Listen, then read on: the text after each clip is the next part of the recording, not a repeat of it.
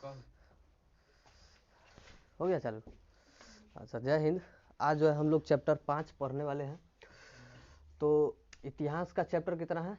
5। 4 गो chapter हो गया है वन शॉट, मतलब एक दिन में एक चैप्टर, है ना। जिसका हिंद चीन में कितना चला है? 2 गो।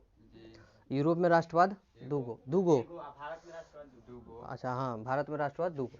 तो आज जो है 5वां चैप्टर है, ठीक है। और जो मतलब इस चैप्टर को आप देखने से पहले आप पिछले चैप्टर को भी पढ़ सकते हैं, जिसका जो है लिंक डिस्क्रिप्शन में हो सकता है, या फिर आप प्लेलिस्ट सर्च कर सकते हैं, history class 10th history by AD classes. उसको पढ़ लीजिए वन शॉट में, उसके बाद ये मज़ा आएगा पढ़ने में। चलिए, फिलहाल ये चैप्टर 1 है, तो चैप्टर 5 है, तो ये सिर्फ इसी के बारे में रहेगा, लेकिन वो भी पढ़ लीजिएगा तब बेस्ट रहेगा। चलो, तो सबसे पहले है अर्थव्यवस्था और आजीविका। तो अर्थव्यवस्था के बारे में हम तुम लोगों को बताए थे कि किसी भी देश की आर्थिक स्थिति जो है उसके अर्थव्यवस्था के ऊपर टिका रहता है। यानी देखा जाए तो अर्थव्यवस्था को जो है, ठीक है, अर्थव्यवस्था जो है एक प्रकार का जो है देश का रीढ़ माना जा सकता है। जैसे उद्योग भी देखें तो अर्थव्यवस्था का रीढ़ मान सकते हैं, अर्थव्यवस्था को देखें तो एक देश का रीढ़ मान सकते हैं। जैसे किसी शरीर में अगर रीढ़ ना रहे तो वैसे लव के चलेगा, मतलब डाउन नहीं हो जाता है ना। आज जिसका देखना, जैसे बुढ़ापा में देखना रीढ़ का अड़ी कम हो जाता है, कमज़ोर हो जाता है, तो वो डाउन हो जाता है कि नहीं, लोग लव के चलने लगता है। उसी प्रकार अगर किसी देश की अर्थव्यवस्था अगर कमज़ोर हो जाता है तो वह देश कमज़ोर हो जाएगा, मतलब सबसे नीचे झुक झुक के चलने लगेगा। नीचे झुकने का मतलब हुआ कि कोई भी देश इस पर जो है भाव नहीं देगा, है ना। कोई भी देश इस पे भाव नहीं देगा। जैसे नेपाल पे कोई भाव देता है? नहीं देता है। पाकिस्तान पर कोई भाव देता है? नहीं। वे भारत पर देखो, सारा कंपनी जो है अब आना चाह रहा है यहाँ पे। टेस्ला कंपनी नहीं आ रहा था, अब टेस्ला कंपनी आने वाला है, मालूम है ना। ऐसा जो है कंपनी आने वाला है, समझो। अब तो अर्थव्यवस्था तुम लोग को 3 प्रकार बताए थे। कितना? 3। पहला पूंजीवादी, दूसर का समाजवादी, तीसर का मिश्रित बताए थे। पहल का पूंजीवादी, दूसर का समाजवादी, तीसर का मिश्रित, ठीक। सब पूंजीवादी का मतलब बताए थे कि वैसी अर्थव्यवस्था जिस पर सिर्फ किसी निजी व्यक्ति का आधिपत्य हो, उस पर सरकार वगैरह का अधिकार ना हो। समाजवादी का बताए थे कि वैसी व्यवस्था जहाँ पे व्यक्ति का भी अधिकार हो, ठीक है, सरकार का भी अधिकार हो, लेकिन पूरी तरह से पूर्ण रूप से अधिकार किसका होता है? सरकार का। जैसे हम यहाँ पर पढ़ा रहे हैं, इस पढ़ाई से जितना रुपया होगा वो सब ले लेगा कौन? सरकार ले लेगा। थोड़ा मोड़ा तो अधिकार है मिला जुला के, लेकिन पूरा अधिकार किसका है? सरकार का। और उस सरकार जो है सारे पैसा को जन कल्याण में देता है, ठीक, एक समाज को बढ़ोतरी के लिए देता है, ठीक है। उसको कौन व्यवस्था कहते हैं? समाजवादी अर्थव्यवस्था। बात समझ रहे हो? जैसे चीन में देख लो, चीन में समाजवादी अर्थव्यवस्था है, मिश्रित नहीं है, ना पूंजीवादी है। अब देखो मिश्रित क्या होता है मिश्रित में होता है वैसी अर्थव्यवस्था जिस पर किसी निजी व्यक्ति का भी अधिकार हो और उस पर सरकार का भी अधिकार हो। बात समझ रहे हो? उसको कथी कहते हैं? पूंजीवादी, सॉरी, मिश्रित अर्थव्यवस्था। जैसे भारत ही देख लो, भारत कौन अर्थव्यवस्था के अंतर्गत आता है? मिश्रित। इस पर हम लोग कोई फैक्ट्री खोलते हैं तो उस पर सरकार का भी थोड़ा मोड़ा अधिकार होता है और हम लोग का भी अधिकार होता है।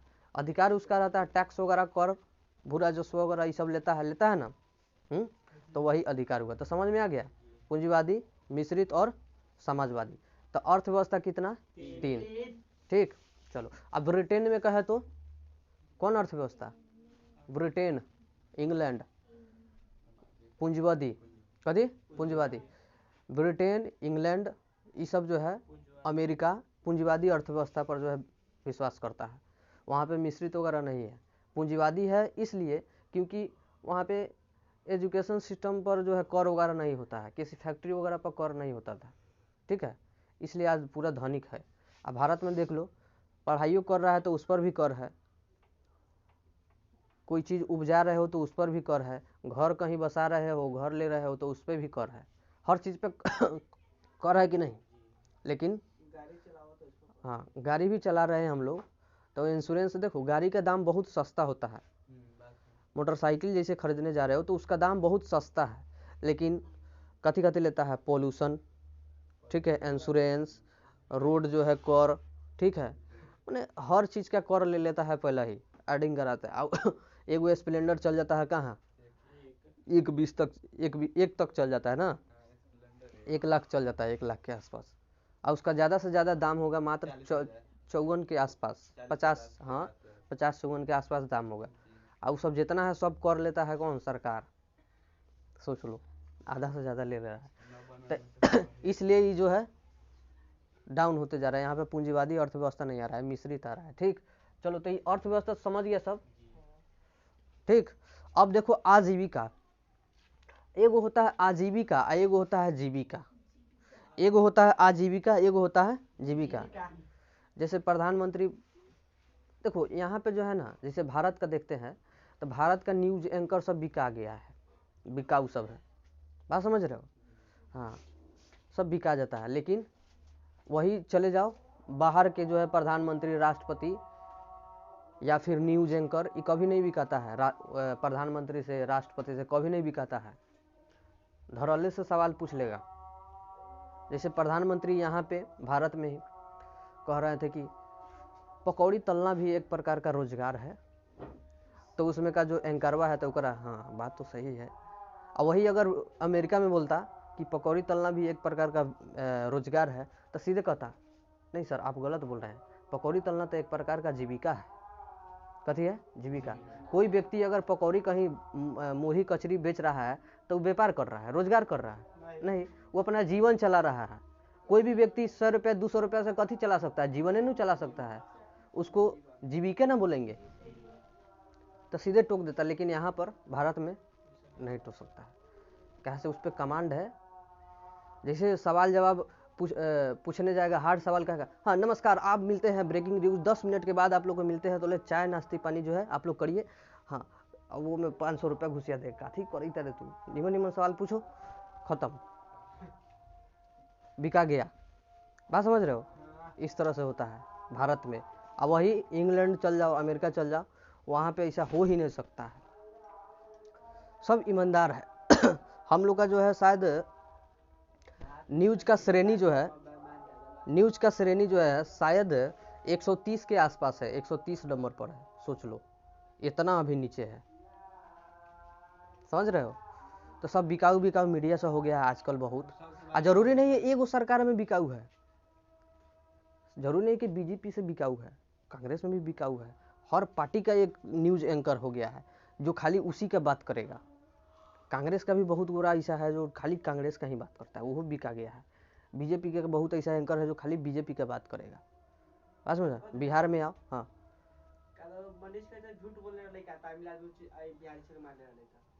नहीं बात सही है, तो कौन बोला है, एगो मनीषे कैसे बोला था, एपीबी न्यूज, आज तक, उजाला, ऐसा ऐसा बहुत न्यूज वाला जो है छापा था कि हाँ तमिलनाडु में मजदूरों पर अत्याचार हुआ था। वीडियो भी है, कैसे झूठ बोल देगा। जब नहीं सुनो, जब आज तक एबीपी न्यूज बड़ा बड़ा जो है एथी है वो छाप दिया कि हाँ यहाँ पर जो है अत्याचार हो रहा है, जुल्म हो रहा है, तो उसको कभी गिरफ्तार नहीं किया।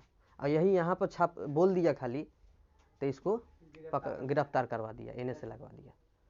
तो ये तो है। तो वो बोला था कि आप जो है इतना एफआईआर वगैरह करवा रहे हैं हम पे, से अगर जो हम जेल गए तो 180 दिन के अंदर आपका जो है सरकार पलट देंगे। आई तो 1.5 महीना नहीं हुआ शायद, आप पलट गया। देख लो, अब पलटू चा का तो बातें मत पूछो। पलटू चा ऐसा हाँ, पलटा पलटा पलटती, ये ना ताती अंती वाला, तीता अंती तो पलटती, पलटनती, तीता अंती पलटनती, इस तरह आया है। हाँ कथी है जी, नीतीश धातु लट लकार, एक वचन में दुई वचन में। प्रथम पुरुष देखो पलटती पलटता पलटनती, वाह। मध्यम पुरुष में देखो पलटसी पलटथ पलटथ, आ उत्तम पुरुष में देखो पलटामी पलटावा पलटामा, वाह पलटूचा हैं? कहे तुमसे एक्सपर्ट है ऑनलाइन वाला। देखो सरकार बदली है, चेहरा तो वही है। देखो आदमी, लोग कहता है कि आदमी का जो है सिग्नेचर और नेचर नहीं बदलता है, गलत बोलता है। जब आदमी को चोट लगता है ना तो नेचर बदल जाता है और सिग्नेचर भी बदल जाता है। किसी को दिल पर चोट लगा है तो उसका एकदम जो है नेचर बदल जाएगा, और किसी को हाथ पर चोट लगा रहेगा उसका सिग्नेचर बदल जाएगा, ना बदल जाएगा, बदल जाता है। तो ये बात गलत है कि नेचर सिग्नेचर नहीं बदलता है। क्या बात करता है, सब बदलता है, ठीक है। पलटू चाय बोले थे कि हमारा जो है दरवाजा हमेशा के लिए बीजेपी के लिए बंद हो गया, आज जाके देखो दरवाजा खुल गया। भतीजवा अभी 9वीं तक नहीं पढ़ा है, चाचवा जो है 9 बेर शपथ भी ले लिया। सोच लो, मुख्यमंत्री में 9वां बार शपथ लिया है नीतीश कुमार, 5वां 6ठा बेर पलटा है, 9 बेर शपथ लिया है। तेजस्वी यादव 9वीं तक शायद फेल है, 9वां फेल है, नीतीश कुमार 9 बार शपथ भी ले लिया। सोच लो, पलट गया। तो ये सब हटाओ, राजनीतिक में होते रहता है। राजनीति में कुछ भी संभव है, किसी पे विश्वास नहीं करना है। राजनीतिक जो है जो करता है तुमको जो है नीचे लड़वाएगा और वो अपना जो है ऊपर रास्ता बनाता है, कोई भी पार्टी हो। बात समझ रहे हो?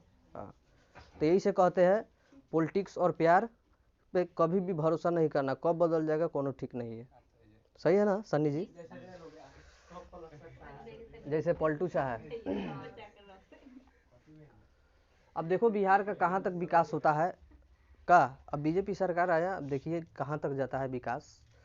हम लोग के लिए अच्छा होगा, अगर अच्छा करता है तो हम ये लोग के लिए ना अच्छा होगा। विकास आया बुढ़ऊ के खाई कर तरह, हम तो विकास को जानते ही नहीं है। चलो, अब ये तो हो गया अर्थव्यवस्था। आजीविका समझ गया, सॉरी जीविका समझा दिए थे कि अपना जीवन को चलाने के लिए जो काम करते हैं उसको जीविका कहते हैं, ठीक। आज आजीविका क्या है? तो आजीविका मतलब होता है जैसे रोजगार वगैरह समझते हो, जैसे किसी काम के लिए कर रहा है, फिक्स है कि हाँ, जैसे स्किल तुम कौन सीख लिया, बिल्डिंगे करेगा सीख लिया, हाँ, कहीं पढ़ाना ही का तुम सीख लिया, तो ये तुम्हारा आजीविका हो गया। मतलब कहीं ना कहीं तुम्हारे पास एक स्किल हो गया, या फिर तुम्हारे पास एक प्रकार से देखा जाए तो रोजगार के तरह हो गया, ठीक है। कहीं ना कहीं तुम सेटल हो गए हो, और सेटल नहीं भी हो तो तुम्हारे पास कोई स्किल जरूर है जो उससे तुम कमा सकोगे। अब कहोगे कि मूढ़ी बेचना कचरी बेचना स्किल है, उसको स्किल मानोगे? स्किल मतलब कला है जी। मूढ़ी बेचना कला है, वो तो कोनो ठेला लगा के बेच लेगा, बेसन लगा के चौप छान के ना। लेकिन वही जो है उसी को स्किल के तौर पे भारी से ले लेगा। जैसे बहुत ऐसा लोग है जो जैसे चाउमीन वगैरह बनाता है, बढ़िया डिश बनाता है, तो वो स्किल हो गया। ऐसा डिश बना देगा तुम खाते खाते रह जाएगा। जैसे एक आलू है, एक आलू का 50 वैरायटी बना देगा, तो वो स्किल हो गया। अब मूढ़ी कचरी बेचना ये स्किल नहीं है, समझ गए? आलू के भरुआ ना, आलू का भरुआ नहीं, परवल का भरुआ खाए हैं, करेला का भरुआ खाए हैं। आलू का भी होता है, कहा नहीं, हम नहीं जानते हैं। कोफ्ता तो बनता है एथी का, बैगन का कोफ्ता। कहा जानी, अब लड़की सब नहीं जानती, हम थोड़े पे बनाते हैं खाना, लेकिन लड़की सबसे ज्यादा बढ़िया बना देंगे हम खाना, ये तो है। कहा से कि 2 साल रहे हैं मोतिहारी में, ना मालूम है, पूरा एक्सपीरियंस हो गया है खाना बनावे के। जहिया हमारा घरे जहिया खाना बढ़िया नहीं बनाता है ना, अभियान से तो नहीं बनेगी खाना, हम अपने बना ले, सबको बनावे लूडो हले नहीं के सबके। ओकरा अभियान में सब बना देता है, बड़ी होता है गलती। देखो गलती आदमी से होता है, कभी भी बोलना नहीं चाहिए, लेकिन मजाक में हम बोल देते हैं तो उकनी मजाके में लेता है, सीरियस नहीं लेता, कहते बना लिए ध्यान से। हो जाता है। चलो, तो ये तो हो गया अर्थव्यवस्था और आजीविका। ठीक, अब देखो अर्थव्यवस्था में औद्योगिकरण। देखो औद्योगिकरण क्या है, समझो औद्योगिकरण क्या है। तो बड़े बड़े पैमाने पे, यानी बड़े पैमाने पे जब मशीन लगने लगता है, ठीक, और कारखाना बैठने लगता है, तो उसको कथी कहते हैं, औद्योगिकरण। बात समझ रहे हो? बड़े पैमाने पे मशीनों को बैठाना और ज़्यादा से ज़्यादा उद्योग स्थापित करना, उसको कथी कहेंगे, औद्योगिकरण। कथी कहेंगे, औद्योगिकरण। ये औद्योगिकरण जो है सबसे पहले ब्रिटेन, इंग्लैंड वगैरह में चालू होता है। ठीक, वहीं पे ही चालू होता है, तब वहाँ से जो है हमारे भारत में आता है। समझो, ब्रिटेन में चालू होता है सबसे पहले 1750 तक। जैसे हम लोग है ना कृषि प्रधान देश, बिहार भी है, भारत भी है ना, कृषि प्रधान देश है ना। 1750 तक ब्रिटेन भी कृषि प्रधान देश था। कहा से कि 80% कम से कम 80% जो है लोग गांव में निवास करता था। और जो गांव में निवास करेगा वो कन्फर्म है कि कृषि पर आधारित जरूर होगा। गांव में जो है 100% में 5% लोग होता है जो नौकरी करता है, मालूम है ना तो सब शहर वाला करता है। ये बात ध्यान रखना। गांव में है कि बहर जैसा लड़का सब बुआता है। बात समझ रहे हो? अब शहर वाला लड़का सब आंधी हो तो कहते मम्मी मम्मी डैडी डैडी करने लगता है। और वही में गाँव वाला को देखे, जैसे गाँव वाला क्या करता है, आंधी आता है कहता माई रे देना झोरवा लेके आओ आम बीन के चल जाता है सब खेत में आम बीनने। अब वही शहर वाला बाबू सब डराने लगता है, सब डैडी मम्मी करने लगता है। देखो जो गांव वाला होता है वो मिट्टी से जो रहता है। बात समझ रहे हो? हर चीज जो है बामतरी इतना ना काम करा देता है, खेत वगैरह में सब मजबूत हो जाता है। अब चलो, जब औद्योगिकरण आता है, सुनो औद्योगिकरण आता है तो सबसे पहले कुटीर उद्योग, सुनो कुटीर उद्योग का जो है क्या होता है, खतना हो जाता है, मतलब खत्म हो जाता है। एक प्रकार से देखा जाए तो कुटीर उद्योग समाप्त ही हो जाता है। बात समझ रहे हो? कुटीर उद्योग समाप्त ही हो जाता है। कुटीर उद्योग का मतलब होता है जो हाथों के द्वारा बनाया गया चीज होता है ना, उसमें मशीन उशीन का जरूरत ज़्यादा ना लगे। जैसे बीड़ी बना देता था पहले लोग, सिगरेट बना देता था लोग, अगरबत्ती बना देता था लोग, लहठी बना देता था, है ना। तो इसमें का मशीन का जरूरी पड़ रहा है। अगरबत्ती बनाने में मशीन का जरूरी है, डलिया बीने में मशीन का जरूरी है, चटाई बीनने में मशीन जरूरी है, स्वेटर बुनने में मशीन जरूरी है नहीं। लेकिन आज हर चीज मशीने से बन रहा है। डलिया नहीं बनता है, प्लास्टिक का डलिया जो आवल अथी पर मारल है दीवार पर धमाक धमाक, वो कथी है, कठौतिए ना है, डलिए ना है। तो कथी से बनता है, मशीन से। लेकिन पहले कथी से बनता था, बांस से, हाथे से, करची से, ये सबसे बनता था ना। चलो, तो ये तो तुम्हारा हो गया कुटीर।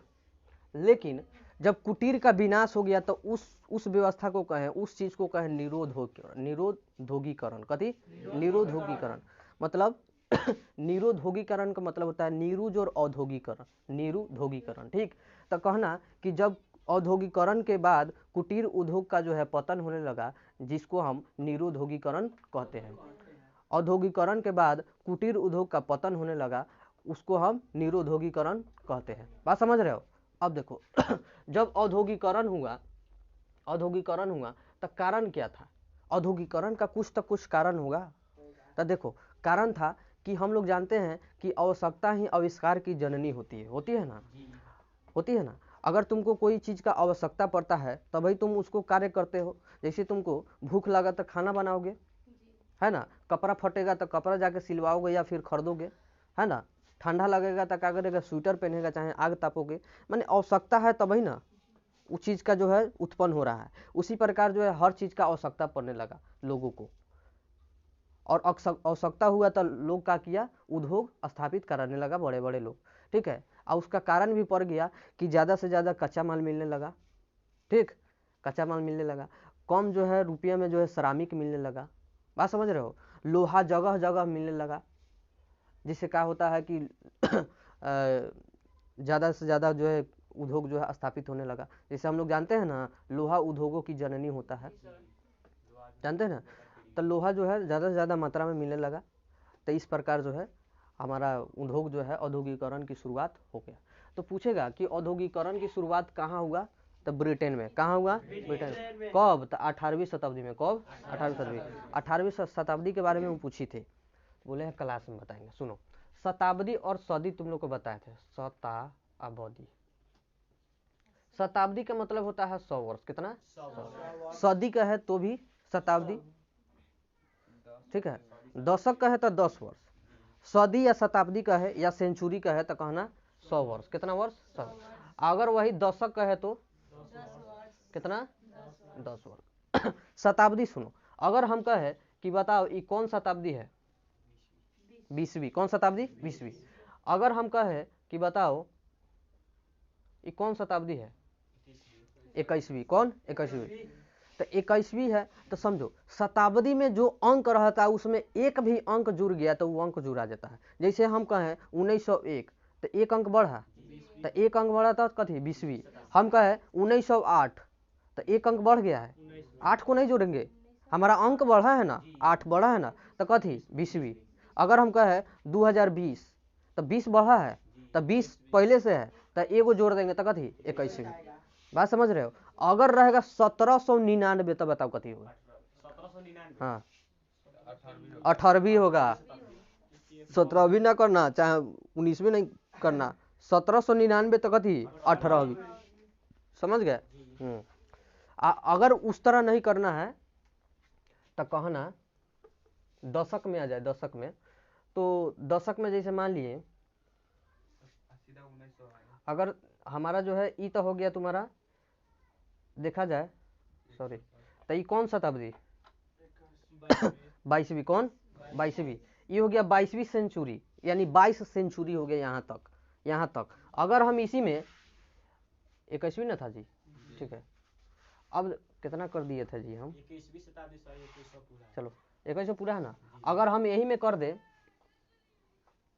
2105, चाहे छोड़ो 2110, तब बताइए इसको कैसे पढ़ेगा? डायरेक्ट ही नहीं ना कहेगा कि ये 21वीं शताब्दी चल रहा है, चाहे 22वीं चल रहा है। ये अगर देखा जाए तो कौन शताब्दी है अभी? देखो 2000 मतलब 20, 20 गो 100 टकिया आ रहा है। 2000 मतलब 20, एगो 100 टकिया है और 21वीं, और 10 बढ़ा हुआ है तो कथी? 22वीं। अब 22वीं शताब्दी नहीं कहना है, 22वीं शताब्दी के दशक या फिर 22वीं दशक। कथी? 22वीं सेंचुरी के दशक। काहे दशक कह रहा है? कैसे इसमें 10 बढ़ा है। जैसे अभी कौन दशक चल रहा है? 21वीं शताब्दी के दशक चल रहा है। अभी 2024 है तो 21वीं शताब्दी के दशक चल रहा है कि ना? अभी एक प्रकार कहे तो 21वीं सदी भी कह सकते हैं, 21वीं शताब्दी के दशक भी कह सकते हैं। बात समझ गए? तो यहाँ तक तुम समझ में आ गया जी? सुनम, चलो ठीक है, वेरी गुड। अब देखो यहाँ पाते हैं, अब मशीनों का शुरुआत देखो कैसे होता है। सबसे पहले तो यहाँ तक हम लोग टॉपिक समझ रहे थे। अब मशीन की शुरुआत होता है स्पेनिंग जेनी से, जो सूत काटने का एक प्रकार का जो है, क्या है? मशीन है। स्पेनिंग जेनी का जो है आविष्कार रटने वाला है, याद कर लेना। आई हम एक बार बोलते जाओ, सब बोलते जाओ, हैबिट रहेगा। बोलो, स्पेनिंग जेनी का आविष्कार कौन किया? James herby. कब किया? 1700। कहाँ के निवासी था? स्टैंड हिल। कहाँ का? स्टैंड हिल। अब देखो फ्लाइंग स्टॉल का जो है आविष्कार कौन किया? जॉन के। कौन किया? जॉन के। कब किया? 1773। कहाँ के था? लंकाशायर का। उसके बाद स्पेनिंग म्यूल का आविष्कार कौन किया? Samuel Crompton. कौन? Samuel Crompton. कब किया? 1779। अब देखो वाष्प चलित पावरलूम का आविष्कार कौन किया? Edmund Cartwright. कौन? Edmund Cartwright. कब किया? 1785 में। वाष्प चलित पावरलूम समझो, वाष्प चलित मतलब कथी? वाष्प से चलने वाला मशीन। जैसे वाष्प से चलित वाला जो है मशीन हो गया, तो इसके बाद जो है जेम्स वाट जो है भाप इंजन का जो है, वाष्प इंजन का जो है शुरुआत कर देता है। तब ना कोयला पर देखना चलने लगता है। चलो अब देखो, अब टॉमस बेल क्या करता है? बेलनाकार रंगीन छपाई का जो है आविष्कार कर देता है। टॉमस बेल, ये जो है इंपॉर्टेंट है। देखो कहेगा रंगीन छापाखाना का जो है, छपाई करने का मशीन का जो है आविष्कार कौन करता है? Thomas Bell. कौन करता है? Thomas Bell. जैसे हम लोग रंगीन कपड़ा पहन रहे हैं, टॉमस बेल का जी कारनामा है से आज हम लोग पहन रहे हैं। टॉमस वेल जो है शुरुआत कर दिया रंगीन कपड़ा छपाई का, सूती कपड़ा, उसके बाद जो है शुरुआत हो गया। तो कहेगा बेलनाकार रंगीन छपाई का आविष्कार कौन किया? Thomas well. उसके बाद वास्प इंजन जेम्स वाट, कब? 1769 में। बहुत इंपॉर्टेंट है, इसको हम भी है। जेम्स वाट भाप इंजन कब? Wasp engine sorry, wasp engine 1769। उसके बाद सेफ्टी लैंप हम्फ्री डेवी कौन? हम्फ्री डेवी का मतलब समझो। सेफ्टी लैंप का आविष्कार, जैसे तुम लोग देखते हो खदान वगैरह कोयला वगैरह में जाता है तो देखना वो लैंपो रहता है मुड़िया पर रहता है, चाहे देखना एथी में घुसता है सब फैक्ट्री, चाहे जैसे अभी सोन वगैरह में घुसा है, गुफा में खुदाई हो रहा था तो उसमें यहाँ पर लगा रहता है लैंपवा, ये लैंपवा से देखता है तो उसको कहते हैं सेफ्टी लैंप। कथी? Safety lamp. समझ रहे हो? तो कौन किया था? हम्फ्री डेवी ने। कौन? Humphry Davy. कब? 1815। उसके बाद यहाँ तक खत्म होता है तो बढ़िया से जो है सब जो है स्थापित हो जाता है, आविष्कार बन जाता है। तो मैनचेस्टर एक जगह है, मैनचेस्टर में क्या होता है, सूती वस्त्र का उद्योग का एक प्रकार का केंद्र मान लिया जाता है। वहीं पे हर चीज जो है आने जाने लगता है, व्यापार वगैरह होने लगता है। अब देखो उपनिवेशवाद आता है, जब हर चीज का तुम्हारे पास पैसा हो जाएगा तो तुम कहीं ना कहीं खर्चा करोगे, करेगा ना जी। उसी प्रकार ये जब इसके पास फैक्ट्री वगैरह हो गया, ब्रिटेनो वगैरह सबके पास फैक्ट्री हो गया, इंग्लैंड के पास फैक्ट्री हो गया, तो ये सोचा कि अब फैक्ट्री में तो माल चाहिए ना जी, कच्चा माल चाहिए, तो इस माल को लाएंगे कहाँ से? तो ये लोग क्या किया, जितने भी कमजोर देश था, उस सब पे क्या किया कि नियंत्रण बना लिया। कहा कि ना अब तुमसे जो है हम ही सिर्फ अथी करेंगे, व्यापार करेंगे, तुम्हारे कच्चे पदार्थ का जो है इस्तेमाल हम ही करेंगे, दूसरा गोरा नहीं करेगा। बात समझ रहे हो? जिसको हम लोग क्या कहें? उपनिवेश कहें। कथी कहें? उपनिवेश कहें, उपनिवेशवाद। समझो, जब कोई बड़ा देश छोटे देशों पर अपना नियंत्रण बना के उसके कच्चे पदार्थों का इस्तेमाल करता है, कौन मार्ग से? समुद्री मार्ग से। कोई भी व्यापार होता है कच्चे पदार्थ का हवाई जहाज से होता है, एरोप्लेन से होता है नहीं, एरोप्लेन उतना लोडे न उठाएगा, है ना। तो सबसे सुलभ जो है व्यापार का सबसे सुलभ मार्ग कौन है? समुद्री मार्ग, जिसको हम लोग जल मार्ग भी कहते हैं ना। तो जल मार्ग से जब कोई बड़ा देश अपने से छोटे देश पर जल मार्ग के यानी समुद्री मार्ग से, कथी? समुद्री मार्ग से उस पर नियंत्रण बना के उसका जो है कच्चे माल को उपयोग करता है और किसी अन्य देश को उस पर हावी नहीं होने देता है, जिसको हम लोग कथी कहते हैं? उपनिवेशवाद। समझ गए? इंपोर्टेंट है, पूछेगा उपनिवेशवाद क्या है तो बता दोगे ना? जब बोलो सब, जब 12 देश अपने से छोटे देश पर उसके सामान को यूज करने के लिए या फिर कहे प्रयोग करने के लिए, उसके सामान का प्रयोग करने के लिए समुद्री मार्ग से आता है और उसके कच्चे पदार्थों को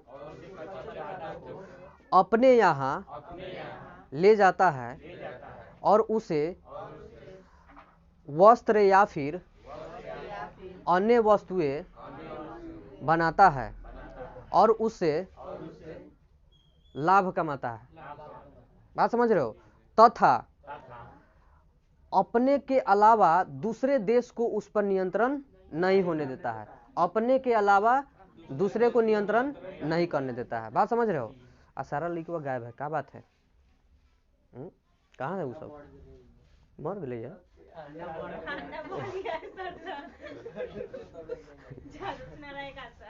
एक कानों में लगा लिए। हम कहें जैसे वो मर गया है थोड़ा तो बहुत दिक्कत का बात है, लेकिन फिर कहें कोनो और टपका का दे कुछ इनका गजब हाल है। सही नहीं मरना चाहिए आदमी को, बुढ़ारी में मरना चाहिए। मैंने दुख का बात नहीं है, दुख की बात है सर, लेकिन अपने से थोड़ी तो नहीं मरना चाहिए, भगवान को नहीं मराना चाहिए। बेकार पहला आग पुर गया था कि ना। बात सही है। अब हम पढ़ा रहे हैं, कोई हमारा भी कोनो ठीक है। मैंने जिंदगी का कोई पूछा है जी? नहीं पूछा है। कब कहाँ चल जाएगा कोई ठीक नहीं है। हम जान रहे थे कि हम पढ़ाएंगे, हम तो यूँ नहीं जान रहे थे कि हम पढ़ेंगे कि नहीं, लेकिन पढ़ेंगे क्या, बाप मतारी का जो है प्रेशर हुआ, पढ़ लिए, अब पढ़ा भी लिए ना, तब जान रहे थे कि पढ़ाएंगे, हम तो दूसरे क्षेत्र में थे लेकिन यहाँ आ गए, तो कौन कहाँ जाएगा कोई ठीक नहीं है, है ना, कौन कहाँ जाएगा कोई नहीं जानता है, बात समझ रहे हो। तुम लोग पढ़ रहे हो, तुम लोग कहाँ जाओगे कोई ठीक नहीं है। देखो देखो 10th और 12th वाला को सुनो, 10th और 12th वाला को करियर से ज़्यादा एग्जाम का टेंशन होता है ना, उस सबको पता नहीं लगता है करियर भाड़ में जाओ, पहले टेंशन है कि एग्जाम निकालो, और सबसे ज़्यादा टेंशन होता है एग्जाम से एक दिन पहले, वो पता करता है कि वो सारा जो है किताबें घोर के पी जाए,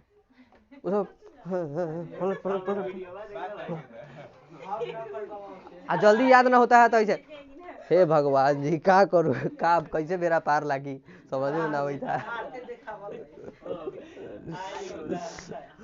तो इस चीजवा न देखो, इस चीज को हावी न होने के, हावी नहीं होना है, हावी नहीं होने देना है, तो इसको शुरू से करना है, शुरुआत शुरू से करना है।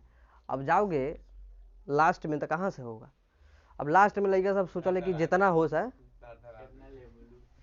तो थोड़े हो ही ना सकता है, हो ही नहीं सकता है। चलिए हम लोग अपने चैप्टर पर आते हैं का, तो फिर जो है हाँ चलिए, तो यहाँ तक हो गया मैनचेस्टर। अब उपनिवेशवाद समझ गया, ठीक।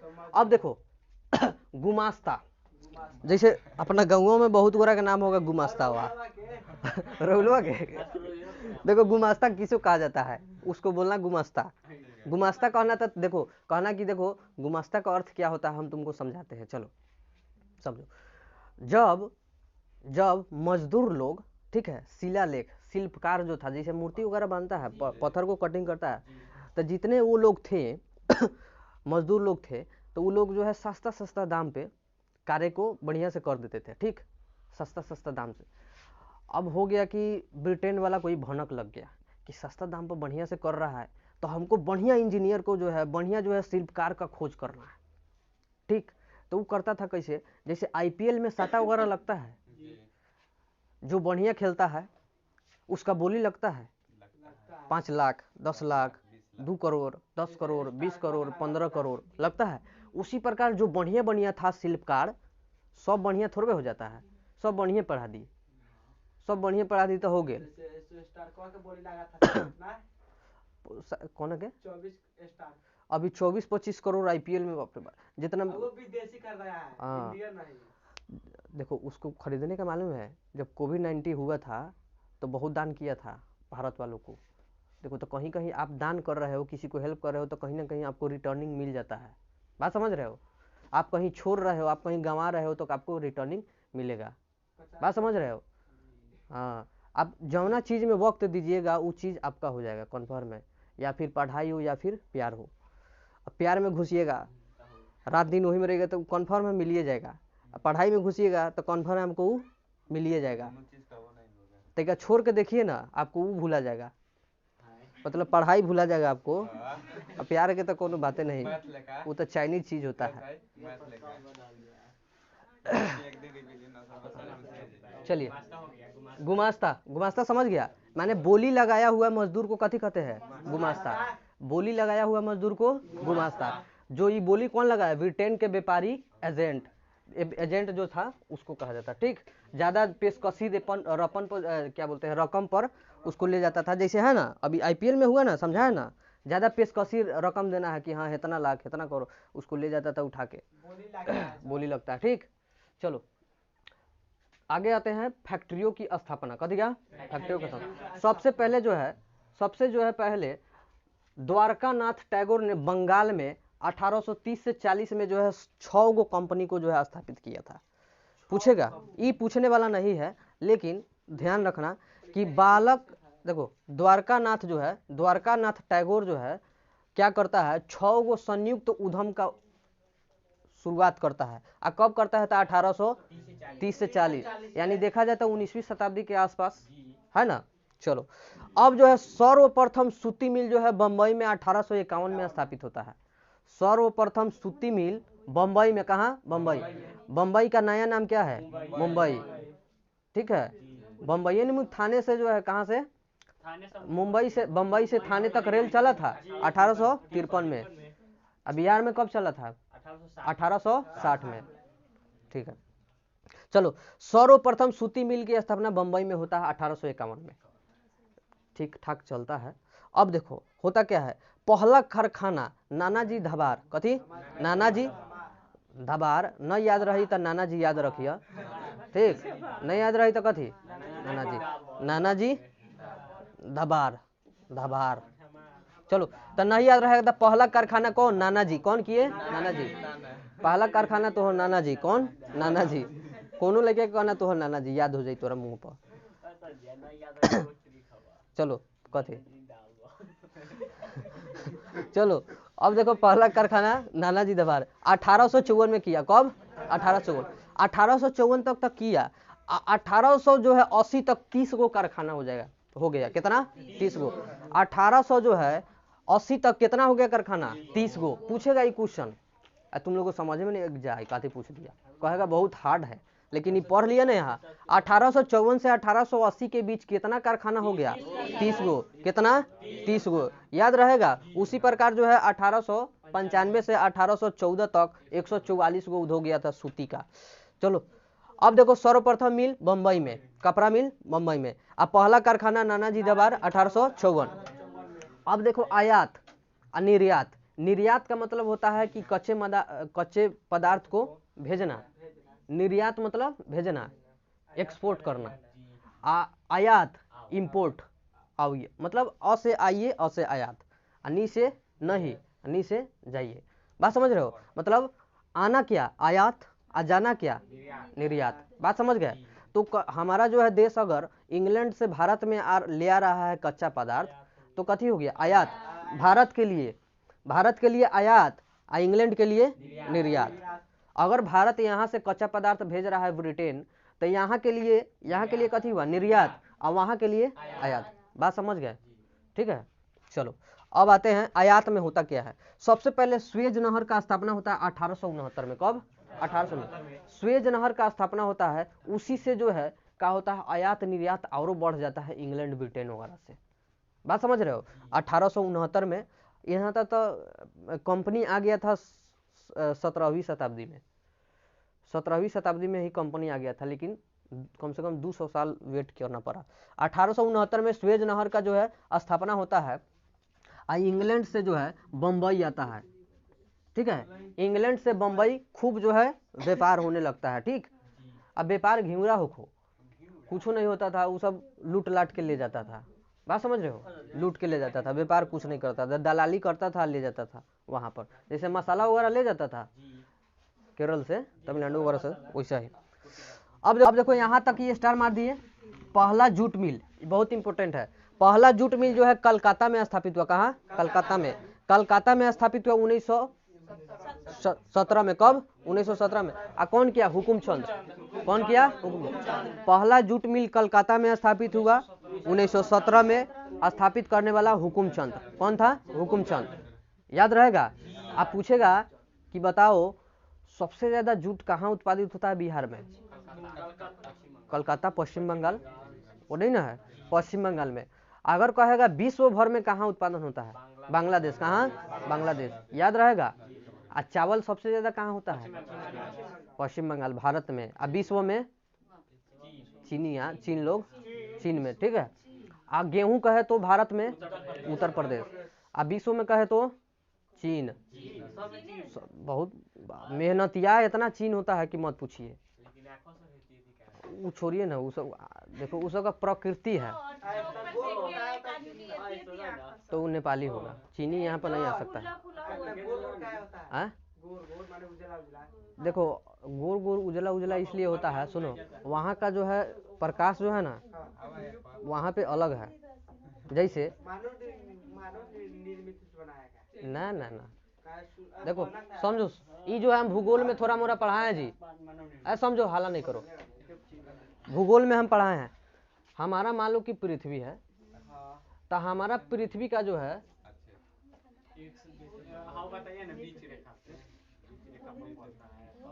ठीक है, इस तरह प्रकाश पड़ता है। ठीक, जैसे भारत को तुम देख लो, भारत का ही देख लो, सबसे ज्यादा यहाँ पे प्रकाश पड़ता है अधिकतर। देखना साउथ वाला सब करिया करिया होता है, आ हीरोइनिया सब बारह गोर गोर होती है। साउथ का कोनो हीरोइन के करिया दिखा देगा तुम? हो ही नहीं सकता है। सब बम्बई में रहती है, मुंबई में, बम्बई में रहती है। एक प्रकार के जो है क्रीम आ गया है।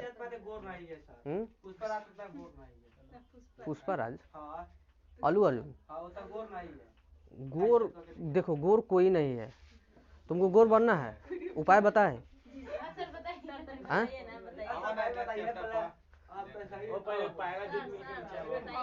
देखो लड़की सबके बड़ा टेंशन है गोर होए के। ब्यूटी देखो, ब्यूटी क्वीन, आज ले सुनो, ब्यूटी क्वीन राजा को, लड़की को ही बोला जाता है ब्यूटी क्वीन। आज ले सुना है ब्यूटी बॉय? आज ले सुना होगा। तो सुनो, गोरा होने का तरीका सुनो। एगो सबसे पहले, हल्ला ना कर, सबसे पहले ये तुम्हारा घर है, ये घर है, तुम घर में ही रहना है। कथी में रहना है? घर में ही रहना है। सुनो, जो व्यक्ति प्रकाश के मतलब सामने नहीं आता है, ज्यादा प्रकाश में नहीं घूमता है, देखना लड़के सब ज्यादा करिए काहे होता है, बउआते रहता है, मेहनत करता है, बहन रहता है। और लड़की सब इतना जो है गोरा क्यों होती है? क्योंकि घर में ही काम करना है। और कोई कोई जो है भारत में, बिहार में सांवले लोग आ जाता है। कैसे सांवला लड़की काहे आती है? कैसे कि उसको पढ़ना भी है, साइकिल चला के जाना भी है, खाना भी बनाना है, चूल्ही झोंकना है, आँच वगैरह, ठीक है। तो इसके कारण जो है, तो सबसे पहला जो है, सुनो हम बता दे रहे हैं, सोनम घर में रहना है, बस घर में रहिए, गोर हो जाइएगा। तुमको तो और घर में रहना है ये हमेशा, तुमको कति तो जरूरी है, बाहर का तो जरूरी है। देखो क्रीम, हल्ला नहीं करो, भगवान का जो दिया हुआ है उसको कोई बदल नहीं सकता है, बदल भी सकता है तो सिर्फ प्रकृति, ठीक है। क्रीम वगैरह कोई चाइनीज क्रीम बदल नहीं सकता है, बात समझ रहे हो? बदल ही नहीं सकता है। अब बदलेगा भूत लगेगा, लेकिन ब्यूटी पार्लर में जाती है तो उजर कैसे हो जाती है? बता, वे नहीं सुन रहे हो, वे नहीं हम बता रहे हैं, भूत लगता है, वे ना भूत लगता है। देखो देखेगा, जब शादी ब्याह होगा तो इसका देखना अवसर सबसे ज्यादा मिलेगा। सबसे पहले लाल साड़ी, ब्याह में लाल साड़ी काहे पहनता है, इसका भी कारण बता रहा है। लाल साड़ी और मेकअप 24 किलो पूरा। सुनो, तुम खाली ऐसे करो, थोड़ा इस पे घसो तो बाप रे पूरा। सुनो, देखो लाल साड़ी काहे पहनता है लड़की को, शादी ब्याह में लाल साड़ी काहे पहनाता है कि सारा लोग के नजर कहाँ रहे, लड़की समझ रहे हो? इसलिए लाल साड़ी अक्सर। कभी देखा है पियर? पियर में कभी देखा है? नहीं, मारेंगे वह, हो ही नहीं सकता है, हो ही नहीं सकता है। काहे से कि लाल का तरंग धरे। सुनो, विवाह में लाल साड़ी इसलिए पहना जाता है कि लाल का तरंग धरे सबसे अधिक होता है। वो धुनो में रही लड़की है तो पूरा लौकी, आ उजला तो रहबे कर 24 किलो पूरा लौके का भेजो। 24 किलो मेकअप, मुंह में मेकअप लगा लेंगे सर, करिए रहेंगे तो हाथ गोड़ कहाँ जाएगा? और बॉडी मेकअप होता है। चलो हल्ला न करो, रियलिटी है। साइंस भी कहता है कि लड़की को साड़ी लाल पहनाया जाता है, यही कारण है कि तरंग धरे वगैरह। हम लोग का सनातन शुरू से ही है। हल्ला नहीं करो, हारा नहीं तो फिर बात से भटकेगा तुम लोग। चलो बात, हम लोग मुद्दा पे आते हैं। हाँ, सुएज नहर, अच्छा ठीक है। पहला जूट मिल कलकत्ता में हुकुमचंद 1917 में किया है, 1917 में किया है। उसके बाद बिरला ब्रदर्स करता है, बिरला कंपनी जानता है, आजकल सीमेंट भी आता है, अब हर चीज हो गया। बिरला हर चीज अब बना रहा है, बात समझ रहे हो? देखो तो बिरला ब्रदर्स शुरू में आता है 1918 में, एक साल बाद उसके बाद 1919 में भी आता है तो जूट कंपनी खोलता है। कौन कंपनी? Jute company. फिर 1920 में आता है तो सूती कारखाना खोलता है ग्वालियर में। ये जो है जियाजी राव, कौन? जियाजी राव करता है, ठीक, जियाजी राव। अब देखो ये तो हो गया, लेकिन वही चलते हैं बिहार के बारे में। जमशेद जी टाटा, कौन? जमशेद जी टाटा जो है 1907 में स्थापना करते हैं, एटक का स्थापना करते हैं। कथी का? एटक का स्थापना करते हैं। एटके ना है, कहाँ गया जी जमशेद जी? एटक, एटक का स्थापना करते हैं। सुनो 1907 में जमशेद जी बिहार के सकाची में। कहाँ? बिहार के सकाची में, जमशेदपुर में। कहाँ? जमशेद जी टाटा सकाची में, बिहार के सकाची में कहाँ करते हैं? जमशेदपुर में। कहाँ? जमशेदपुर में। किधर है जी? टिस्को। हाँ चलो, यहाँ ना बिहार के सकाची में टिस्को ट्रेड यूनियन कची है दी? टाटा, हाँ टाटा आयरन स्टील कंपनी है, ठीक। यहाँ पे देखो अब 1910 में, सुनो 1910 में हाइड्रो इलेक्ट्रिक पावर स्टेशन का जो है क्या करते हैं? निर्माण करते हैं, कारखाना बनाते हैं। जैसे हाइड्रो इलेक्ट्रिक मतलब जल से जो है विद्युत आने वाला, जल विद्युत, ठीक है। जमशेद जी का जो है 7 गो है कंपनी है, 7 गो टाटा का 7 गो कंपनी है, पढ़ाते हैं उसके बारे में। चलो उसके बाद हाई देखो, हाई तीनों बहुत इंपॉर्टेंट है। भिलाई, राउरकेला, उसके बाद दुर्गापुर। भिलाई जो है 7 में से 1 नंबर भिलाई भी है, ये भिलाई क्षेत्र में पड़ता है। राउरकेला यो राउरकेला में पड़ता है। दुर्गापुर यो दुर्गापुर में ही पड़ता है। बात समझ रहे हो? अब देखो उसके बाद अगला जो है 4 गो कौन आता है? तो Indian iron steel company Hajipur होता है। टिस्को जमशेदपुर, हाँ हीरापुर। टिस्को जमशेदपुर। उसके बाद विश्वेश्वरैया भद्रावती कर्नाटक में, और राउरकेला तो राउरकेला में पड़ता है। भिलाई भिलाई में पड़ता है, ठीक है। और दुर्गापुर दुर्गापुरा में पड़ता है। तो ये तो 3 गो याद रहेगा। पूछेगा भिलाई कहाँ है? भिलाई में। राउरकेला कहाँ है? राउरकेला में। कहाँ? राउरकेला में। दुर्गापुर कहाँ है? दुर्गापुर। उसके बाद कहेगा हाई 3 गो याद रखना। इंडियन आयरन स्टील कंपनी कहाँ है? हीरापुर। टिस्को कहाँ है? जमशेदपुर।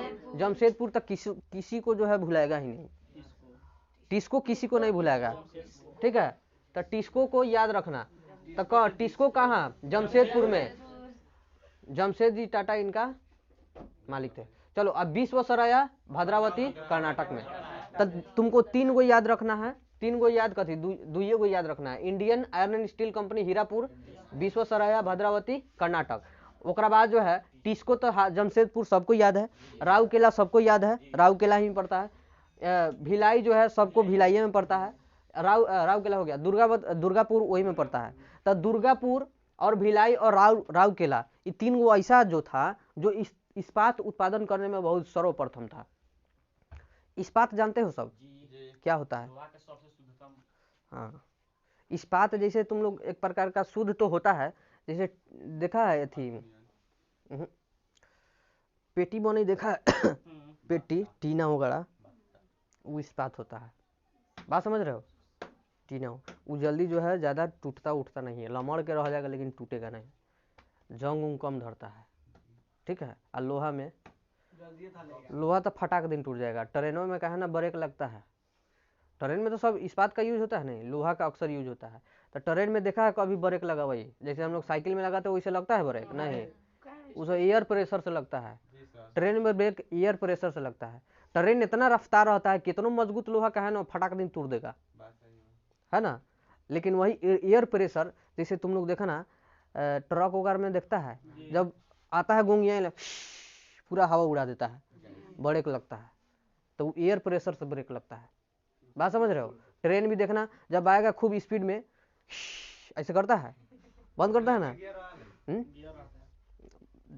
अब कौना चीज में ना एथी रहता है जी तोरा में गियर नहीं खे, तोर जहाँ कान ऐठम गियर चालू हो जाए तोर लगभग बकर बकर बोले ठीक है। गिरल हो तो देखो नियम है, सब न्यूटन्स लॉ में आता है। प्रत्येक क्रिया के विपरीत प्रतिक्रिया होता है, थर्ड लॉ, जरूरत का भी नियम है इसमें, बात समझ रहे हो? सुनो, जैसे मान लिए देखो ट्रेन इधर से जा रही है, सुनो हल्ला नहीं करो, ट्रेन इधर से फास्ट जा रहा है, तो तुम किधर फानेगा कि तुमको नहीं गिर सकता है, तुम नहीं गिर सकते हो, किधर तुम उतरेगा, कहाँ नहीं गिर सकते हो। मैंने फानेगा तो मान लिए इमरजेंसी हमको फानना ही पड़ गया, ट्रेन में आग लग गया, या फिर तुमको जरूरी पड़ गया, मैंने कुछ ना कुछ जरूरी पड़ गया, तो तुम किस तरह से, अगर मान लिया आतंकवादी घुस गया उसमें, तुम कैसे करेगा? देखो देखो देखो, हम बता रहे हैं, न्यूटन लॉ कहता है, सुनो, प्रत्येक क्रिया के विपरीत प्रतिक्रिया होता है, ठीक है। इधर से मारते हो तुम तो इधर से भी चोट लगेगा तुमको, हल्ला नहीं करो, इधर से मार रहे हो तो इधर से भी तुमको चोट लगेगा, कन्फर्म है। भले तुम दीवार पे मार रहे हो तो तुम कहोगे सर दीवार को कम चोट लगा, हमको ज्यादा लगा, नहीं, उसके हिसाब से, तुम्हारे हिसाब से दोनों का बराबर चोट है, बल दोनों गोरा पर एक ही लग रहा है। जैसे जैसे तुम मारते हो तो ये तब पूरा जकड़ा हुआ है, और तुम कहाँ मारोगे? देह पर मारोगे, इसे गलवे पर ना मारोगे, तो गाल हुआ नरम, आई हो गया गरम, तबड़ाक लगेगा तो तुम कहोगे बारह भी जोर लग लो रे, का बात बा। इसका कमाल है, दोनों गोरा का बराबर लगा है, लेकिन यहाँ ज्यादा मोटा है तो तुमको थोड़ा कम महसूस हो रहा है और उसको ज्यादा महसूस हो रहा है। बात समझ रहे हो? जैसे बॉल खींचते हैं तो यही लंग रख लेगा तो हाथवा तोड़ देगा, पीछे गति करा लेते हैं, इसलिए जब एथी होता है पीछे विकेट कीपर, तो कहता है तोरा से ना होता हो, पीछे खींच ही नहीं सकता है, तो उसको दिया जाता है एथी ग्लव्स, कची होता है ग्लव्स दिया जाता है ताकि पकड़े, चोट उट ना लगे। बात समझ रहे हो? हाँ, तो देखो ट्रेन पर से अगर तुमको उतरना हो तो नियम जान लो, जिस ओरी ट्रेन जा रहा है उसी ओरी तू हो दौड़ना, और दौड़ना तो एक बार रुकना नहीं, दौड़ते रहना।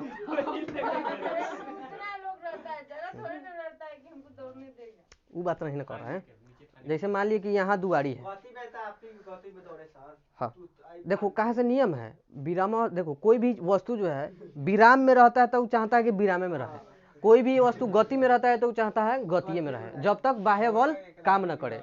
जैसे तुम सुतल रहता है तो हटाओ ना, सुतले रहे दे, जब तक बा मातारी प्रेशर न देवे पीछे से, कह गए उठ ना, पानी न फेंके, जबले कुछ कहे ना, अलार्म न लगाए, तब तक उठता है कोई नहीं।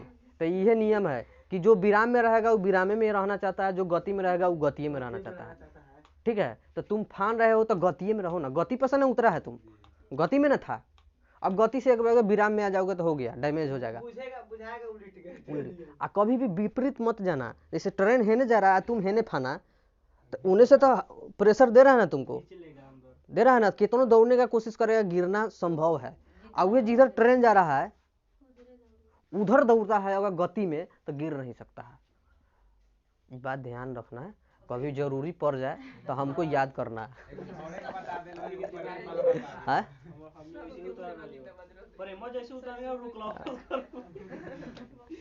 तो वो जरूरतों के कारण हुआ। सीट, जैसे मान लीजिए हम लोग सीट पर बैठते हैं ना, तो ब्रेक लगता है तो आगे, आइसोलेटर लेता है तो पीछे, है ना। तो हमारा ये सीट बैठा है एक विराम में है, तो कथी चाहेगा? विरामे में रह के चाहेगा, विरामे में रह के चाहेगा, लेकिन यही तो गति कर रहा है ना, हवा में है, तो ये जेने चाहेगा उन्हें गति करते रहेगा। तो ध्यान रखना है, न्यूटन से तो 90 में है, 10 में कहाँ है गुरुत्वाकर्षण, थोड़ा थोड़ा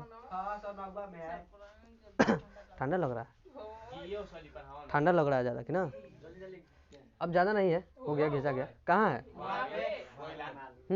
ये हो गया जी राव केला। अब देखते हैं सेकंड में कोयला का प्रारंभ होता है 1814 में। कब? 1814 में। ये बहुत इंपॉर्टेंट है।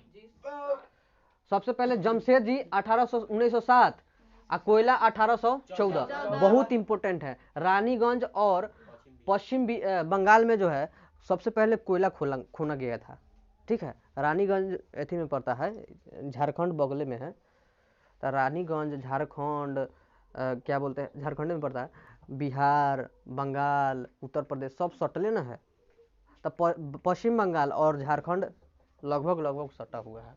चलो, तो यहाँ पर 2 जगह पर मिलता है कोयला। अब कोयला जो है स्थापित होता है तो सरकार को हो जाता है कि ये तो हमारा कोयला है, तुम्हारा भले घर रहे, तुम्हारा जो है खेत रहे, उससे मतलब नहीं है। अगर वहाँ कोई भी पदार्थ मिलता है, इम्पोर्टेंट पदार्थ, जैसे कहीं यूरेनियम में मिल गया, कहीं सोने मिल गया, कहीं चांदी मिल गया, कहीं बॉक्साइटे मिल गया, कहीं आयरन मिल गया, कहीं फास्फोरस मिल गया, कुछ हो मिल जाएगा। तुम्हारा अधिकार चीज है, लेकिन अधिकार किसका होगा? केंद्र सरकार का, राज्य सरकार का भी नहीं होता है। जैसे मंदिर हो गया, नहीं मंदिर, हाँ पूरा तत्व वाला कर रहा है। पूरा तत्व का बात अलग हो गया। पूरा तत्व जैसे होता है ना, पूरा तत्व में देखा जाए तो हम लोग को मोहनजोदड़ो और हड़प्पा सभ्यता के बारे में पढ़ना पड़ता है। तुम लोग को नहीं, 12th में पढ़ोगे, अभी नहीं। जैसे दयाराम साहनी थे, खुदाई किए थे सबसे पहले। तो ये पूरा तत्व में जो तुमको बता रहे हैं, तुम बोल रहा है जो मंदिर वगैरह, तो पूरा तत्विक में आ जाता है। जैसे मंदिर कहीं दहा हुआ के धंस गया था अंदर, ठीक। जैसे अभी कैसे हुआ, जैसे बाबरी मस्जिद था, तो उसके अंदर जो है मूर्तियाँ वगैरह था, दबा हुआ था, जब बाबर बना गया था ऊपर से था। तो पूरा तत्विक विभाग जो है क्या किया, उस पर जो है रिसर्च किया, तब पता चला कि ना ये जो है मंदिर था पहले, तो उसको तोड़ के हटा के राम मंदिर ना बन गया। तो उसी तरह तो पूरा तत्विक का बात हो गया। हम लोग जो है अभी मान लिए कि अंदर मिल गया, जैसे कोयला मिल गया, पेट्रोल मिल गया, तो पेट्रोल कोयला कहाँ से मिलेगा? धरती से मिलेगा। तो धरती में कैसे मिलता है? तो बड़े बड़े जीव जो है पहले समुद्र में मर जाता था, अब मर जाता था, दहा के किनारे आ जाता था, तब चाहे उसी में मर जाता था। तब न देखता था वहाँ पे जब मिट्टी ज़्यादा से ज़्यादा मिट्टी तोपा जाता था, वो धीरे धीरे वो रसायन में परिवर्तित हो जाता था, तेलीय पदार्थ। और वह कच्चा जो है पदार्थ के रूप में हम लोग कहाँ ले जाते हैं? कंपनी में, फैक्ट्री में प्यूरिफाई करके तेल लेते हैं हम लोग, है ना? तेल उत्पादन करते हैं ना। चलो, तो यहाँ पे कोयला का प्रारंभ होता है, तो सरकार जो होता है उस पर कर लगा देता है। वो जो है आयोग, राजस्व आयोग का जो है स्थापना 1921 में केंद्र सरकार कर देता है, राज्य सरकार नहीं, केंद्र सरकार। अब केंद्र सरकार कर देता है, और इब्राहिम रहीमतुल्ला को जो है वहाँ का प्रधान बना देता है। कहेगा 1921 में जो राजस्व जो है आयोग बना था, उसका जो है प्रधान कौन था? तो कथी कहेगा? इब्राहिम रहीमतुल्ला, ठीक। उसके बाद जो है 1924 में टीन, कागज और उसके बाद कथी, केमिकल वगैरह का जो है स्थापना, कारखाना का स्थापना 1924 में हो गया। शीशा, सीमेंट वगैरह का जो है 1930 में हो गया। अगर कहे सीमेंट का जो है कच्चा पदार्थ कौन होता है? चूना पदार्थ, बता देना, ठीक है। आगे आते हैं। उसके बाद जो है जब यथी होता है तो 1929 में जब ये बनता है, तो 1929 में ही क्या होता है? विश्वव्यापी मंदी हो जाता है। बात समझ रहे हो? मतलब काम धाम मांदा चलने लगता है। कारण है हर सामान जो है तो सस्ता उस्ता पर मिलने लगता है, सस्ता मिलने लगता है, तो कन्फर्म में काम धाम थोड़ा मंदा हो जाए। अब देखो इतना ना उद्योग बैठ गया कि इतना ना लोग का किया कि सामान उत्पादन कर दिया, सब चीज़ सस्ते हो गया, बाजार मंदा चलने लगा, ठीक है। महंगाई नहीं, मंदी हो गया, ठीक है। हर चीज़ का मंदी हो गया, ठीक। अब महंगाई तो महंगाई का मतलब समझते हो ना, कि 1 रुपये का सामान 5 रुपये में मिलने लगे। अब मंदी का मतलब कथी? जो 10 रुपये में मिलता था वो 5 रुपये में मिलने लगा, तो इतना ना ये हो गया मंदी। अब इसको जो है मंदी को कम करने के लिए बहुत सारे बैंक का जो है स्थापना हुआ। बैंक का स्थापना होता है भारत में इस मंदी को खत्म करने के लिए, ठीक है। अब जो है भारत में बैंक का स्थापना होता है पंजाब नेशनल बैंक, 1895 में। उसके बाद बैंक ऑफ इंडिया 1906 में, central bank of India 1911, the bank of Mysore 1913। इससे जो है लोन वगैरह ले लेके अपना उद्योग वाला सब कार्य किया। अब कहीं बिक्री हो ही नहीं रहा है, कम ज़्यादा दाम पर बनाया है, सस्ता दाम पर बेच रहा है, तो कहाँ से पैसा होगा? फायदा नहीं होगा। तब कहाँ से लोन लेगा? बैंक से ना लेगा। तब बैंक से लोन लेने का जब काम आया तो जो है ये सब जो है बैंक का स्थापित हुआ, ठीक। क्या हुआ उसके बाद जो है क्या होता है 1969 में, कब? 1969 में सारे बैंक का राष्ट्रीयकरण किया गया। पूछेगा कि बैंकों का राष्ट्रीयकरण कब किया? व्यवसायिक बैंकों का 1969 में। कहेगा व्यापारिक या व्यवसाय बैंकों का राष्ट्रीयकरण कब किया गया था? 1969 में। जैसे HDFC देख लो, ICICI देख लो, ICICI, हाँ। तो ये सब जो है तुम लोग देख लो, तो इसको क्या बोलते हैं? व्यापारिक जो है, ये देखना जो ज़्यादा व्यापार वगैरह करता है तो वह सब अक्सर रखता है, बिजनेसमैन वगैरह जो वे सब रखता है, ठीक है। हम लोग आम आदमी। चलो अब देखो, जब ये सब खत्म हुआ तो औद्योगिकरण का परिणाम क्या होता है? तो औद्योगिकरण का परिणाम होता है कि 3 भाग में बढ़ जाता है, एक पूंजीपति, एक बुजुर्गा वर्ग और एक मजदूर वर्ग।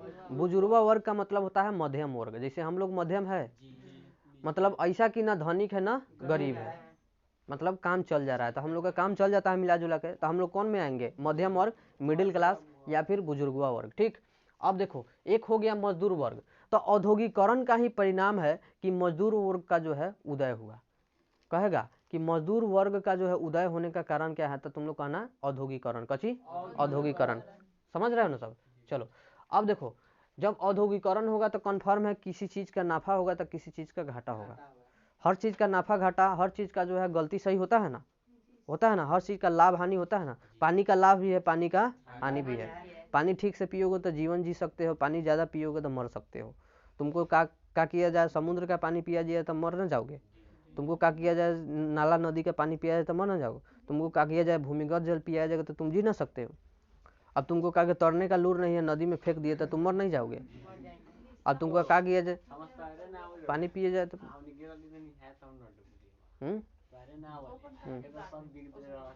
तुहर बात तो अलग बात,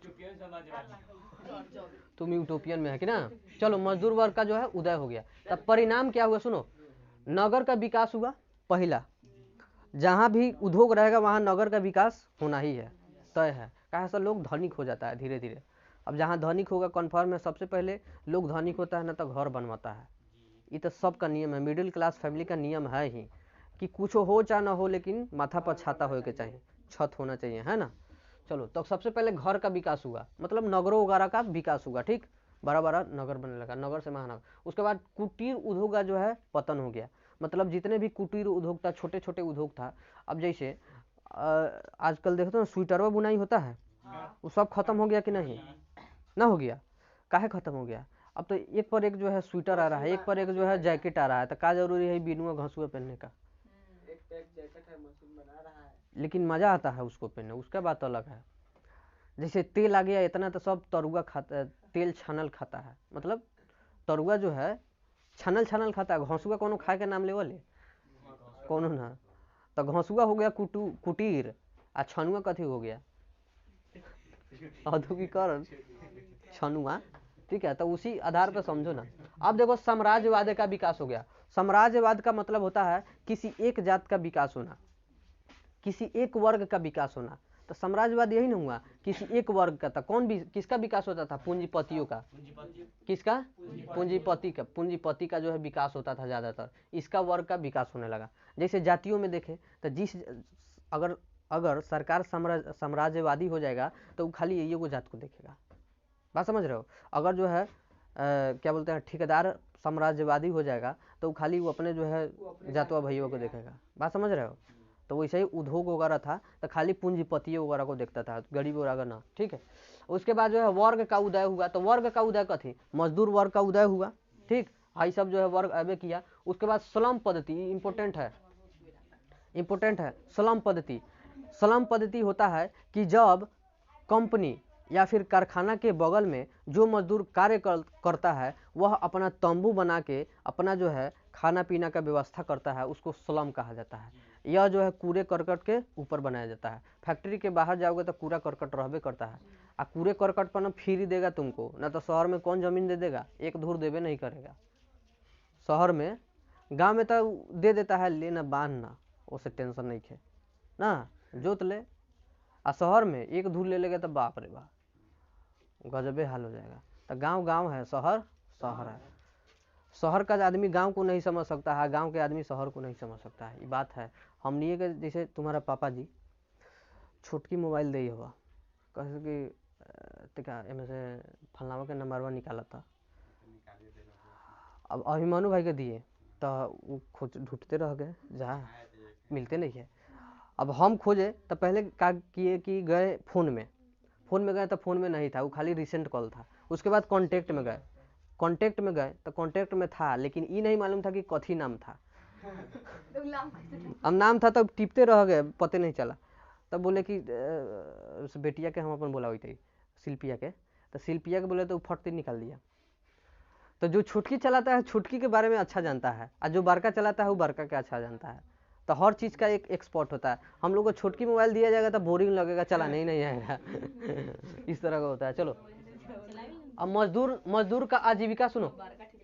सबसे पहले सुनो, मजदूर की आजीविका ये जो था, पहले 16 से 18 घंटा लोगों से कार्य कराता था, छोटका हो बड़ा हो, माने छोटा लड़का हो बड़ा लड़का हो या फिर जवान हो बूढ़ा हो महिला हो, सबसे 16 से 18 घंटा, जबकि 7 से 8 घंटा का मना ही है ना जी। आज 7 से 8 घंटा ना है, तो 16 से 18 घंटा जो है काम कराता था। अब क्या होता है कि एक सुधार आता है 1832 में 32 से 48 के बीच चलता है, 32 से 48 के बीच, याद रखना। सुधार अधिनियम जो है आंदोलन वगैरह मजदूर लोग करता है 32 से 48 के बीच। कब तक? 32 से 48 के बीच। क्या होता है 32 में एक सुधार अधिनियम आता है, इसलिए आता है कि लोग जो है पहले ही से बहुत स्टार्ट कर दिए थे, मतलब आंदोलन वगैरह बहुत किए, तो एक मजदूर आंदोलन अधिनियम आता है। अब जब अधिनियम पारित होता है तो लोग उससे भी खुश नहीं होता है, ठीक, इससे भी खुश नहीं होता है। तो फिर जो है एक चार्टिस्ट आंदोलन होता है। पूछेगा, ये बहुत इंपॉर्टेंट है, ध्यान रखो। चार्टिस्ट आंदोलन, चार्टिस्ट मतलब क्या होता है समझो, चार्टर्ड एक्ट। इंग्लैंड के कानून को हम लोग कहते हैं चार्टर्ड एक्ट, जैसे हम लोग के कानून को कहते हैं इंडियन एक्ट, कहते हैं ना, आईपीसी धारा कहते हैं ना, आईपीसी धारा। तो उसी प्रकार जो है चार्टर एक्ट कहते हैं इंग्लैंड का धारा, ठीक। तो इस अधिनियम में एक चार्टिस्ट आंदोलन होता है 1838 में। उसके बाद जो है वहाँ पे ये सब अभी इंग्लैंड के बारे में पढ़ रहा है, मजदूर जो है कहाँ के बारे में पढ़ रहा है, इंग्लैंड के बारे में। तो एक चार्टिस्ट आंदोलन होता है 1838 में। कब होता है? 1838 में। तब जाके मताधिकार जो है देने का जो है लोगों को हक होता है कि ना, अब जो है हम सरकार चुनेंगे खुद से, मत के द्वारा चुनेंगे। मत का मतलब कथी? वोट के द्वारा। तब पूछेगा कि इंग्लैंड में सर्वप्रथम महिलाओं का वोट देने का अधिकार कब हुआ था? 1918 में। इंपोर्टेंट है, हम लोग के बारी आया था। कहेगा महिलाओं को वोट देने का अधिकार कब हुआ? कब हुआ? 33% वो तो आरक्षण न था, आरक्षण न था। चलो कब हुआ? 1918 में। मताधिकार, महिलाओं को मताधिकार देने का हक कब हुआ? 18 में। इंपोर्टेंट है, इंग्लैंड में। कहाँ? इंग्लैंड में। अब देखो, अब आता है इसके बाद जो होता है, कहता है कि नहीं, अब नया सरकार बनता है। मताधिकार है तो कंफर्म है कि नया सरकार बना, नया सरकार बनता है वहाँ। तो नया सरकार बनने के बाद क्या होता है, सुनो, फैक्ट्री एक्ट आता है। कौन एक्ट? Factory act. 1881 में फैक्ट्री एक्ट आता है। और उस फैक्ट्री एक्ट के तहत क्या होता है कि जितने भी 7 से 8 साल के बच्चे थे उसको काम कराना मना हो गया। 7 से 8 साल के बच्चे का काम कराना नहीं है, मना हो गया। अब जो 16 से ऊपर था, 16-18 से ऊपर था, और जो महिला था उसका जो है एक टाइम फिक्स किया गया कि इतना से इतना ही काम करना है। जैसे उसके बाद जो है 9 से 10 घंटा कर दिया गया, और 9 से 10 के बाद 8 से 7 घंटा के आसपास, मतलब 8 से 9 घंटा, याद रखना कितना, 8 से 9 घंटा। इसी के अंदर में जो है मजदूरी करने का जो है काम करना है आपको। किस एक्ट के तहत? चार्टिस्ट एक्ट, यानी सॉरी फैक्ट्री एक्ट। कौन? Factory act. कब हुआ? 1881 में। उसके बाद जो है एटक का स्थापना होता है। कथी का? एटक का। 31 अक्टूबर 1920 को एटक का स्थापना होता है। मतलब कथी? AI मतलब ए से कथी होगा? All India Trade Union Congress. All India Trade Union Congress. पूछेगा All India Trade Union Congress का स्थापना कब हुआ? 31 अक्टूबर 1920। हाँ। उसके बाद ILO मतलब इंडियन लेबर ऑर्गेनाइजेशन, ठीक, इसका जो भी स्थापना होता है 1920, यानी मजदूर विश्व हिंद मजदूर संघ इसको कह सकते हैं एक प्रकार से, ठीक।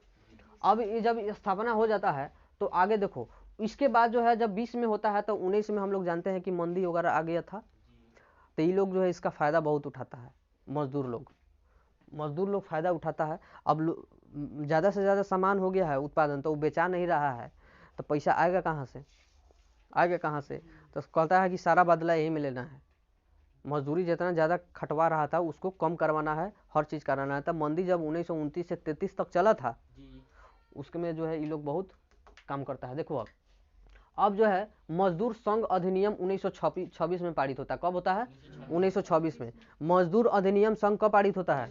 1926 में। 1926 के बाद हम जानते हैं कि मंदी आ गया था। 1929 में मंदी आ गया था, कची मंदी। अब देखो उसी समय जो है भारत छोड़ो आंदोलन महात्मा गांधी चलाए थे। कौन? भारत छोड़ो आंदोलन महात्मा गांधी चलाए थे, ठीक, जान रहे हो ना सब कोई। हाँ 1942 में, ठीक। 1929 के महामंदी हुआ, कहा से कि जब विश्व युद्ध हुआ था ना, विश्व युद्ध हुआ था, विश्व सेकेंड वर्ल्ड वार कब हुआ? 45 तक हुआ, 39 से 45, लेकिन प्रथम वर्ल्ड वार हुआ था 1914 से 18। जब वर्ल्ड वार हुआ तब पूरा तरह से व्यवस्था डैमेज हो चुका था, ठीक है। ब्रिटेन वगैरह इंग्लैंड सबका बढ़िया से जो है ये सबका डैमेज हो चुका था, जिसके कारण मंदी भी बहुत अच्छा से आ गया।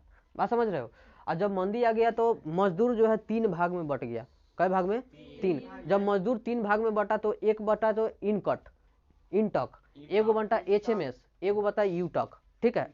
तो इंटक का मतलब कथी हुआ? Indian national trade Union Congress, ठीक है। एगो बना HMS, एगो बना UTUC, मतलब UTUC का मतलब कथी हुआ? यूनाइटेड ट्रेड यूनियन कांग्रेस, ठीक है। ये सब बंट गया। उसके बाद जो है तुम्हारा जो है श्रम राष्ट्रीय आयोग का जो है स्थापना 1962 में हो जाता है। कब? 1962 में। श्रम आयोग की स्थापना कब होता है? 1962 में। कब होता है? 1962 में। उसके बाद जो है जितने भी कुटीर उद्योग का नष्ट हुआ था, खत्म हुआ था 1947 के बाद, 6 अप्रैल 1947 के बाद जो है शुरू हो जाता है, 48 के आसपास में शुरू कर देता है कि जितने भी कुटीर उद्योग था, मतलब हमारा 47 में देश आज़ाद हुआ ना, तो जितने भी कुटीर उद्योग था 47 के बाद 48 वगैरह में चालू हो जाता है 6 अप्रैल से, कि जितने भी कुटीर उद्योग को नष्ट किया गया है उसको फिर से प्रोत्साहन दिया जाए। कथी दिया जाए? प्रोत्साहन दिया जाए, ठीक। उसके बाद जो है 23 जुलाई 1980 को जो है औद्योगिकरण नीति आ जाता है। कौन नीति? औद्योगिकरण नीति। औद्योगिकरण नीति का मतलब समझ रहे हो? जितने भी उद्योग था उस पर कोई सरकार जो है क्या करता है, मतलब इंडियन में हो तो इंडियन सरकार, इंग्लैंड में हो तो इंग्लैंड सरकार, ये सब क्या करता है, नीति का जो है चलाता है। और उसके बाद क्या करता है, औद्योगिकरण को बढ़िया तरीके से कहता है उत्पादन करने के। इसी नीति के कारण जो है आज हम लोग जितना भी एथी यूज करते हैं तो उस सब पर नियम कानून रहता है कि इससे ज़्यादा अगर कोई चीज़ ज़्यादा बढ़ा रहे हो तो उसको लिखना पड़ता है क्या चीज़ तुम उसमें मिलाए हो। तो ये सब औद्योगिकरण नीति के अंतर्गत चालू होने लगा धीरे धीरे। तो तुम लोग 10th में जहाँ तक पढ़ना है वहीं तक रहने दो, ठीक है। तो तुम्हारा यहाँ पर चैप्टर समाप्त हो जाता है, ठीक है। चलो ठीक है।